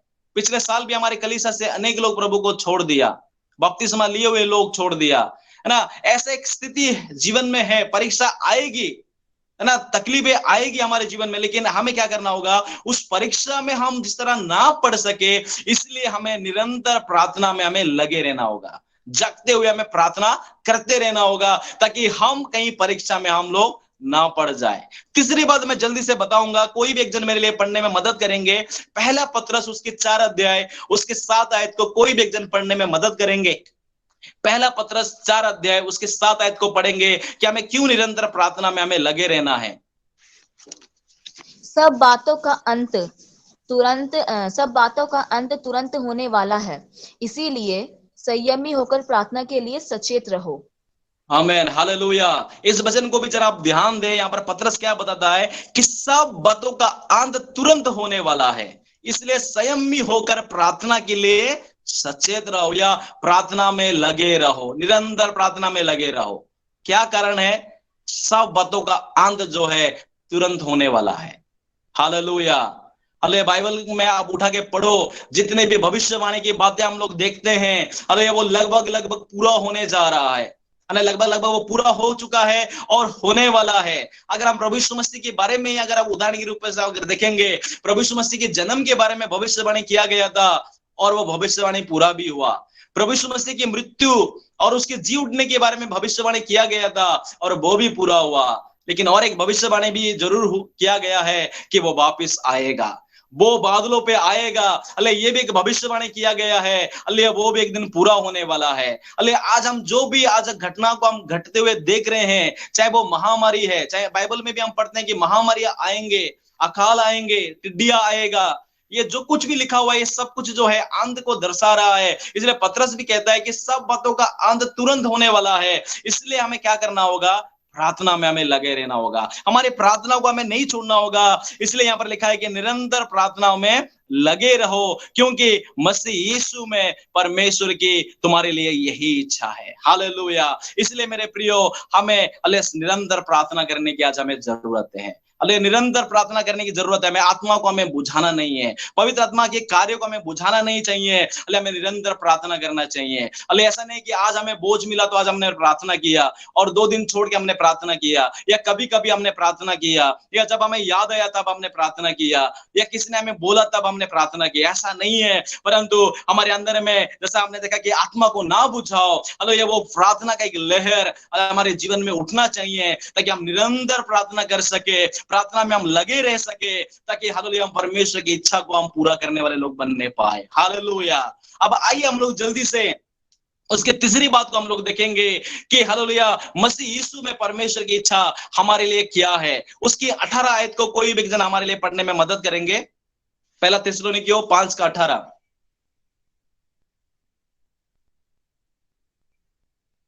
पहला थिस्सलुनीकियों 5:18 कोई भी जन पढ़ने में मदद करेंगे? ठीक है, मैं पढ़ूंगा। हर बात में धन्यवाद करो, क्योंकि तुम्हारे लिए मसीह यीशु में परमेश्वर की यही इच्छा है। आमेन। हालेलुया। यहाँ पर हमने क्या पढ़ा? तीसरी बात, हर बात में धन्यवाद करो, ताकि क्योंकि तुम्हारे लिए मसीह यीशु में परमेश्वर की यही इच्छा है। हालेलुया। आपने देखा कि सदा आनंदित रहना है, निरंतर हमें प्रार्थना में लगे रहना है। साथ साथ तीसरा जो परमेश्वर की इच्छा जो मसीह यीशु में हमारे लिए है, हमने यहाँ पर देखा कि हर बात में धन्यवाद करो। हालेलुया। हर बात में धन्यवाद करो। क्या ये, फिर एक बार मैं सवाल पूछूंगा, क्या ये संभव है हर बात में धन्यवाद करना? क्या ये संभव है? मेरे प्रियो, ये संभव है अगर हम आत्मा को नहीं बुझाएंगे, पवित्र आत्मा के द्वारा अगर हम चलाए चल रहे हैं। मेरे प्रियो, ये संभव है कि हम हर बात में हम प्रभु को धन्यवाद दे सकते हैं। हालेलुया। हम कई बार हम कब धन्यवाद देते हैं परमेश्वर को? जब हमें चंगाई मिलता है तब हम धन्यवाद देते हैं, जब हमारे घर में फ्रिज आ जाता है, जब हमें कोई गाड़ी मिल जाता है, जब हमें कोई नौकरी मिल जाता है, जब हमें कोई आशीष मिल जाता है, तब हम खड़े होकर प्रभु को धन्यवाद देते हैं। कलीसिया में हम गवाह बनते हैं। लेकिन यहाँ पर प्रभु के वचन हमें उसका उल्टा बोलता है कि हर बात में धन्यवाद करो। मतलब केवल आशीष के समय ही धन्यवाद नहीं देना है, परंतु बीमारी भी आएगा, दुख भी रहेगा, संकट भी आएगी, हर प्रकार की परिस्थिति का अनुभव आपके जीवन में आएगा, लेकिन उस वक्त में क्या प्रभु को धन्यवाद दे सकते हैं? है ना? जब आपकी नौकरी छूटेगा, क्या प्रभु को धन्यवाद दे सकते हैं कि प्रभु मेरा नौकरी छूटा है, मैं आपका धन्यवाद देना चाहूंगा। प्रभु मुझे बीमारी है, मैं इसलिए आपका धन्यवाद देना चाहूंगा। ये सब बोलना क्या है? बहुत आसान है, प्रचार करना बहुत आसान है, लेकिन मेरे प्रियो, आप धन्यवाद देकर देखिए। आप उस दर्द के साथ, उस हालत के साथ जो आप गुजर रहे हैं, केवल आप ही जानते हो आपकी मन की क्या व्याकुलता है, क्या हालत है, क्या चिंता है। आप भले लोगों के सामने आप मुस्कुराते होंगे, हंसते होंगे, अपने आप को दिखाते होंगे कि आपके जीवन में कोई परेशानी नहीं है। लोग आपको जब पूछते हैं कि आप ठीक हो, आप है ना बोल देते होंगे कि हाँ मैं ठीक हूं, लेकिन आप अंदर परेशानी में होंगे, अंदर आप कष्ट में होंगे, आप किसी को शेयर नहीं कर पा रहे होंगे। लेकिन उस दर्द के साथ आप एक बार प्रभु के पास जाकर धन्यवाद देकर देखिए, मैं गारंटी दूंगा आपकी आंखों से आंसू निकलेगा। हालेलुया। आपकी आंखों से आंसू निकलेगा, ये गारंटी है मेरे प्रियो। अगर आप उस दर्द के साथ एक बार प्रभु को धन्यवाद देंगे ना, आपकी आंखों से जरूर आंसू निकलेगा। मेरे प्रियो, मैं आपको बताना चाहूंगा, मैं थोड़ा सा अपने अनुभव को आपके सामने रखना चाहूंगा। ये जो गवाही है, ये जो अनुभव है, बहुत छोटा होगा आपको सुनने के लिए, लेकिन मैं आपको बताना चाहूंगा, जब धन्यवाद देने की बातें यहाँ पर आ रहा है, हर बातों के लिए, है ना, मैंने सबको बोला कि आप एक बार धन्यवाद देकर देखो, है ना, उस दर्द के साथ आपकी आंखों से आंसू निकलेगा करके, है ना। आप ऐसा अनुभव करो। क्या कभी आपने धन्यवाद देकर देखा है? मैं आपको एक छोटा सा एक अनुभव बोलना चाहूंगा, थोड़ा सा समय लेना चाहूंगा, है ना। पिछले महीने के बाद मैं आपको बोलना चाहूंगा, मार्च के महीने के बाद मार्च 8 तारीख को मैंने टिकट किया था परिवार समेत घर जाने के लिए, है ना। उसका भी 2-3 रीजन था। पहला रीजन आपको पता है, आप में से कईयों को पता है कि मेरे जीजाजी को, है ना, शुगर की बीमारी की वजह से वो कई बार मृत्यु और जीवन से वो संघर्ष कर रहा था। एक बार मृत्यु का घोषित किया गया था, लेकिन प्रभु की दया से वो फिर एक बार, है ना, वो मृत्यु से वो जो है जीवन को पाया था, है ना। मृत्यु से उसको जीवन मिला था, है ना। मृत्यु घोषित किया गया था और सब लोगों को, रिश्तेदारों को बता दिया गया था। तो मेरे के मन में इच्छा था कि मैं उसके पास जाऊं। वो अच्छा विश्वासी नहीं है, वो ठीक से विश्वास नहीं करता है। तो मेरे मन में एक इच्छा था कि मैं उसको जाकर सुसमाचार सुनाऊं, सामने से जाकर उसको सुसमाचार सुनाऊं, मैं उसको प्रभु के बारे में बताऊं, मैं उसको जाके देखूं करके मेरे मन में एक इच्छा था। दूसरा, घर जाने के और एक कारण था। वो कारण ये था कि 19 तारीख को, मार्च 19 तारीख को मेरे भाई की बेटा, मेरे भतीजा का ऑपरेशन होने वाला था। तो उस दुख की घड़ी में मुझे वहां पर रहना था, क्योंकि लॉकडाउन के समय में ही अप्रैल 24 तारीख को मेरे भाई की बेटा हुआ था, मेरे भाई को बेटा हुआ था। और उस 1 साल तक, मतलब अभी उसको 12 महीना, मतलब 1 साल होने को जा रहा है, तो तब तक हमने उसका चेहरा तक भी नहीं देखा था। तो उसको देखने का एक इच्छा था, और एक ऑपरेशन से होकर उसको गुजरना पड़ा, और ऑपरेशन भी हो सकता है खतरा होगा, तो वो बच्चे का जान भी जा सकता है। तो जाने का एक मन में इच्छा था। लेकिन क्या हुआ, 8 तारीख को, 4 तारीख को, मार्च 4 तारीख को एक शादी में मैं गया था। अचानक मैं वहां पर गिर गया। जब मैं गिर गया, मेरे पैर में दर्द तो हो रहा था, लेकिन मैं उस वक्त में मन में प्रभु को धन्यवाद दिया। मैंने प्रभु को बोला कि अगर प्रभु हो सकता तो मेरे पैर भी टूट सकता था, लेकिन प्रभु तूने मुझे बचाया। लेकिन मैं उस समय में, मुझे नहीं पता था कि मेरे मांस फट चुका है, मेरे पांव का मांस फट चुका है करके, मुझे नहीं पता था। मैं रात को किसी को बताया नहीं। अगला सुबह मैं चल नहीं पाया, डॉक्टर के पास गया और डॉक्टर एक्सरे निकाला, तो पता चला कि मेरे मांस जो है, मेरे पांव का मांस जो है फट चुका है। एकदम एक निराशा मेरे मन में जरूर आया। लेकिन मैं वहां के लोगों की स्थिति को देख रहा हूं, तो वहां के लोगों की स्थिति को देख रहा हूं कि लोगों को उठा के लेके आ रहे हैं, किसी का पैर टूटा हुआ है, किसी का हाथ टूटा हुआ है, ऐसे अवस्था में लोग आ रहे हैं। तो मैंने फिर एक बार वहां पर प्रभु का धन्यवाद दिया कि प्रभु मेरे पैर नहीं टूटा, मेरे हड्डी फ्रैक्चर नहीं हुआ। तो मैं मन में धन्यवाद दिया। तो फिर तुरंत क्या किया, उसके एक दिन के अंदर ही अंदर टिकट मैंने कैंसिल करवाया, क्योंकि ये बीमारी, ये जो दर्द है, लगभग 2 हफ्ते से मेरा लगा रहा। मैं चल नहीं पा रहा था, काफी दर्द हो रहा था, काफी कष्ट मुझे महसूस हो रहा था। इतने में क्या हुआ, 13 तारीख को, मार्च 13 तारीख को मेरे पत्नी की आज जो नाना जी का देहांत हो गया। वो भी एक प्रभु का सेवक था, है ना। उस दिन शनिवार का दिन था, हमारे घर में प्रार्थना होता था। तो शाम को खबर आया, प्रार्थना की तैयारी हम लोग कर रहे थे, मेरी पत्नी बहुत रो रही है ना। बहुत लगाव था उनके साथ, बचपन उनका वहीं पर गुजरा, बहुत रो रही है। उस हालत में मैंने उसको किसी भी तरह से उनको समझाया। मैंने बोला कि अभी प्रार्थना है, अभी मत रोना, और प्रार्थना में सब काम संभालना है, दुकान में भी जाना है, मैं कहीं जा नहीं पा रहा हूँ, 2 हफ्ते से मैं चल नहीं पा रहा हूँ। ऐसे एक हालत से होकर हम जा रहे थे, है ना। और उतने में एक मन में एक टेंशन आ रहा था, निराशा मेरे मन में था कि अगर 8 तारीख को घर पे गया होता, तो ये जो 13 तारीख का डेथ हुआ, तो हम कम से कम इसमें शामिल हो सकते थे, कम से कम मेरे जीजाजी को मैं देख सकता था, कम से कम मेरे भाई के बेटे का ऑपरेशन था, मैं वहां पर जा सकता था। मुझे कहीं भी बुरा महसूस हो रहा था कि क्यों हुआ ये करके। मैं सोच रहा था कि क्यों हुआ करके। मैं भले ही मैं हंसता था, लोगों से बातें करता था, लेकिन मेरे अंदर में कहीं ना कहीं बुरा महसूस हो रहा था। मुझे कहीं ना कहीं दुख महसूस हो रहा था मेरे अंदर में कि क्यों मेरे साथ ऐसा हुआ करके, क्यों मैं घर नहीं जा पाया करके। लेकिन मैंने बाद में सोचा कि हो सकता है इससे भी बढ़कर मेरे जीवन में विपत्ति हो सकता था ना, जो प्रभु ने मुझे, है ना, उससे पहले एक छोटा सा विपत्ति देकर, एक छोटा सा चोट देकर मुझे प्रभु ने मुझे रोक दिया। मैंने ये पॉजिटिव सोचा बाद में। उसके बाद मैंने जब भी मैंने प्रार्थना किया, मैं देखो उससे पहले दवाई खा रहा हूँ, कोई असर नहीं हो रहा है, मेरे पैर सूजा हुआ है ना, मैं पैर रख नहीं पा रहा हूँ, चल नहीं पा रहा हूँ, काफी दर्द मुझे महसूस हो रहा है ना। और मेरे पत्नी की हालत में देख रहा हूँ, मेरे भाई की उधर जो ऑपरेशन के लिए वो गए हैं, काफी ज्यादा परेशानी, टेंशन में था मार्च के महीने में, है ना। लेकिन मैंने क्या किया, उसके बाद मैंने प्रभु को धन्यवाद देना शुरू किया। जब भी मैंने प्रार्थना किया, मेरे मन में शिकायत था उससे पहले, मेरे लिए बहुत कष्ट हो गया था मुझे प्रभु को धन्यवाद देने के लिए। मैंने जब भी मैंने प्रार्थना किया, मैंने बोला प्रभु इस चोट के लिए धन्यवाद, हालेलुया।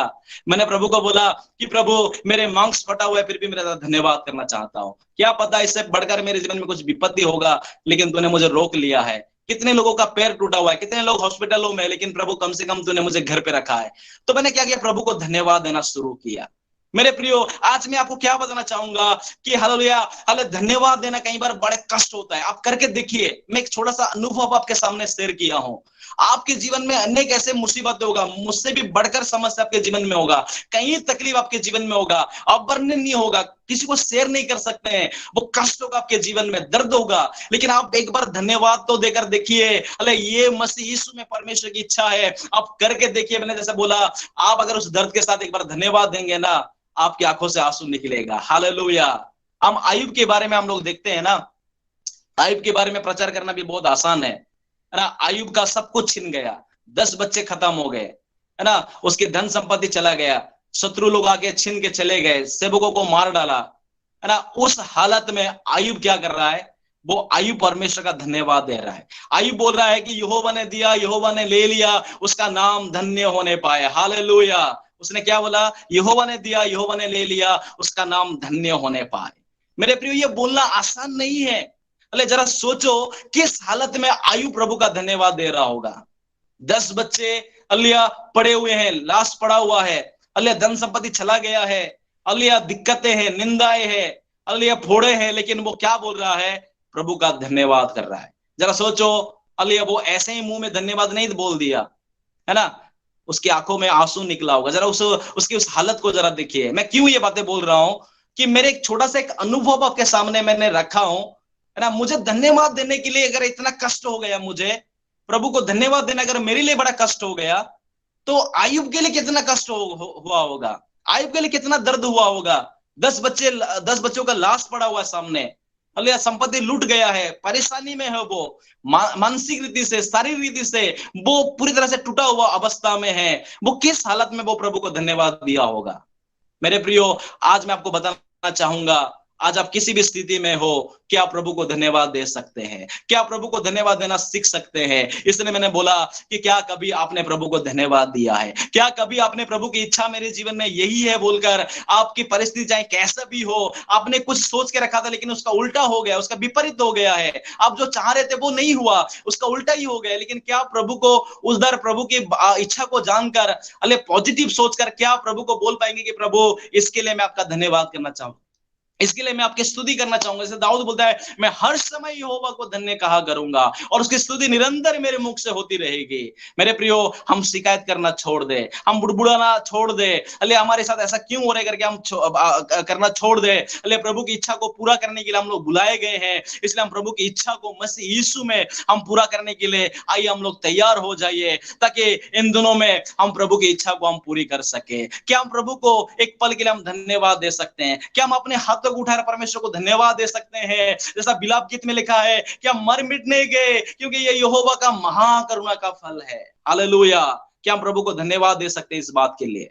हम मर मिट नहीं गए मेरे प्रियो, हमारे बल के वजह से नहीं, हमारी ताकत के वजह से नहीं है, हमारी खूबी की वजह से नहीं है, ये प्रभु की दया है, प्रभु की करुणा है कि हम मर मिट नहीं गए। आज हम भूखे होंगे, आज हमारे पास नौकरी नहीं होगा, आज हमारे पास हालेलुया डर है नौकरी खोने का, आज हमारे पास मृत्यु का डर होगा, कोरोना का डर होगा, लेकिन क्या हम उन तमाम बातों के बावजूद भी अले क्या हम बोल पाएंगे कि यहोवा का महाकरुणा का फल है कि मैं आज तक जीवित हूं, मैं आज तक अले जिंदा हूं, मैं जीवितों के बीच में जीवित हूं। इसलिए हम बोल पाएंगे क्या दाऊद के समान, हे मेरे मन तू यहोवा को धन्य कहे और उसके किसी भी उपकार को तू ना भूलना।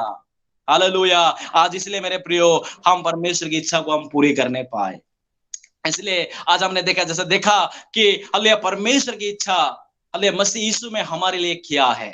अनेक प्रभु की इच्छा है, परमेश्वर की इच्छा अनेक है, लेकिन उनमें से मैं केवल 3 बातें आज की वचन के संदर्भ में मैंने बोला।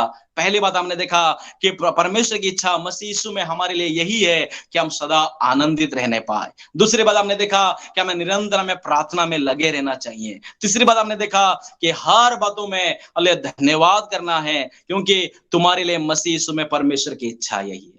मेरे लिए, हमारे लिए, हमारे कलीसिया के लिए अल्लाह मसीह यीशु में परमेश्वर की यही इच्छा है। क्या हम इस इच्छा को पूरी करने के लिए आज हम तैयार हैं? दाऊद के समान क्या हम बोल पाएंगे कि परमेश्वर देख मैं आ गया हूं ताकि तेरी इच्छा को मैं पूरी करने के लिए अल्लाह मैं प्रसन्न हूं? क्या आज हम प्रसन्न है? क्या आज हम तैयार है?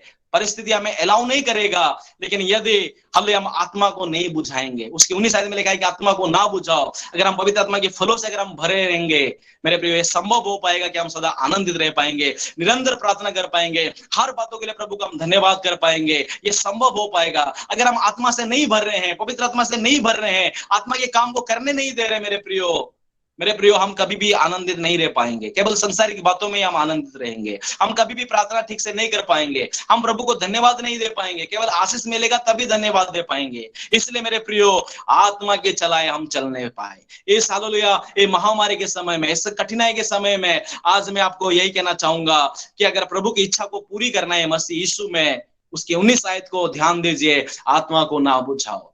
पवित्र आत्मा के फल आनंद से भर जाइए, पवित्र आत्मा से परिपूर्ण हो जाइए, ताकि हम परमेश्वर की इच्छा को हम पूरी कर सके। प्रभु हमें इन वचनों के द्वारा हमें सभी को आशीष दे, ताकि इन वचनों के द्वारा हम लोग चल सके। और प्रभु हमें इन वचनों के द्वारा हमें प्रोत्साहन दे, हमें बलवंत करे, ताकि हम सदा आनंदित रहे, निरंतर प्रार्थना करें और हालेलुया प्रभु में हम धन्यवाद दे सके हर बातों के लिए।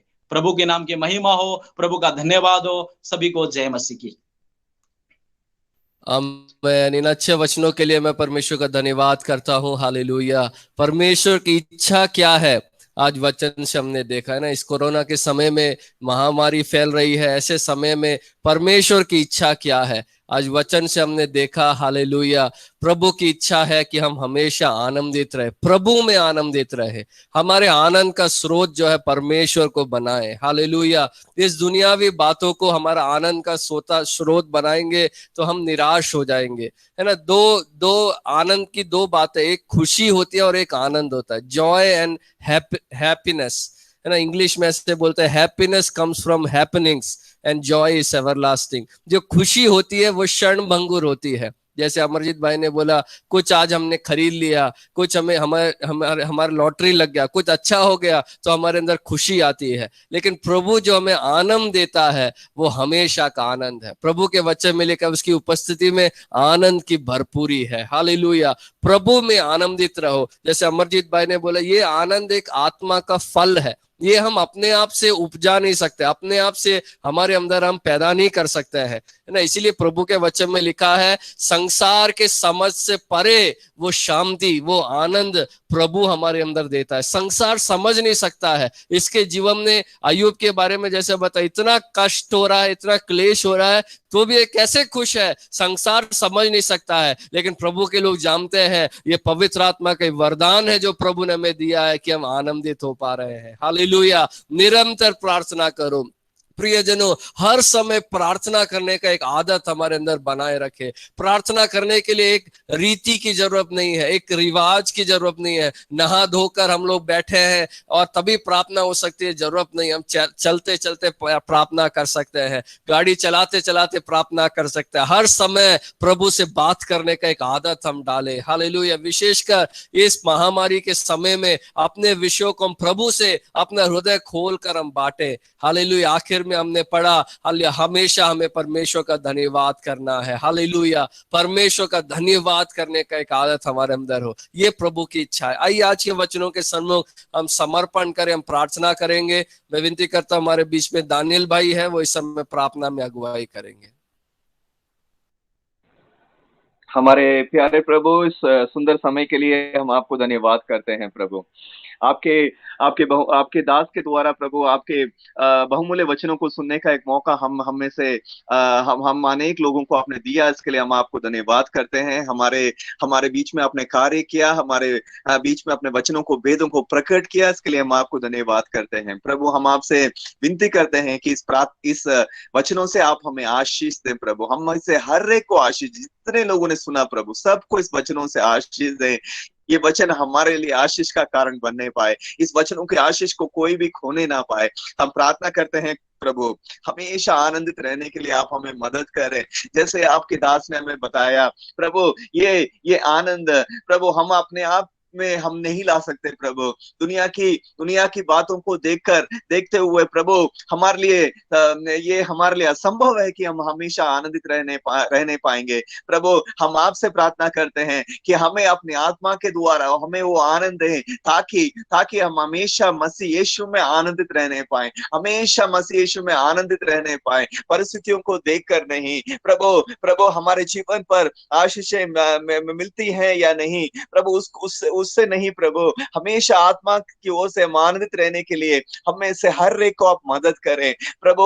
वचन के द्वारा आप हमें आनंदित करें प्रभु, आपकी संगति में आने के द्वारा आप हमें आनंदित करें। हम प्रार्थना करते हैं कि प्रभु आपकी आत्मा के द्वारा आप हमें आनंदित करने के लिए हम आपसे प्रार्थना करते हैं। आपकी उपस्थिति में आनंद है करके आपका वचन में लिखा है। आपकी उपस्थिति में बैठकर प्रभु आनंदित होने के लिए आप हमें मदद करें प्रभु।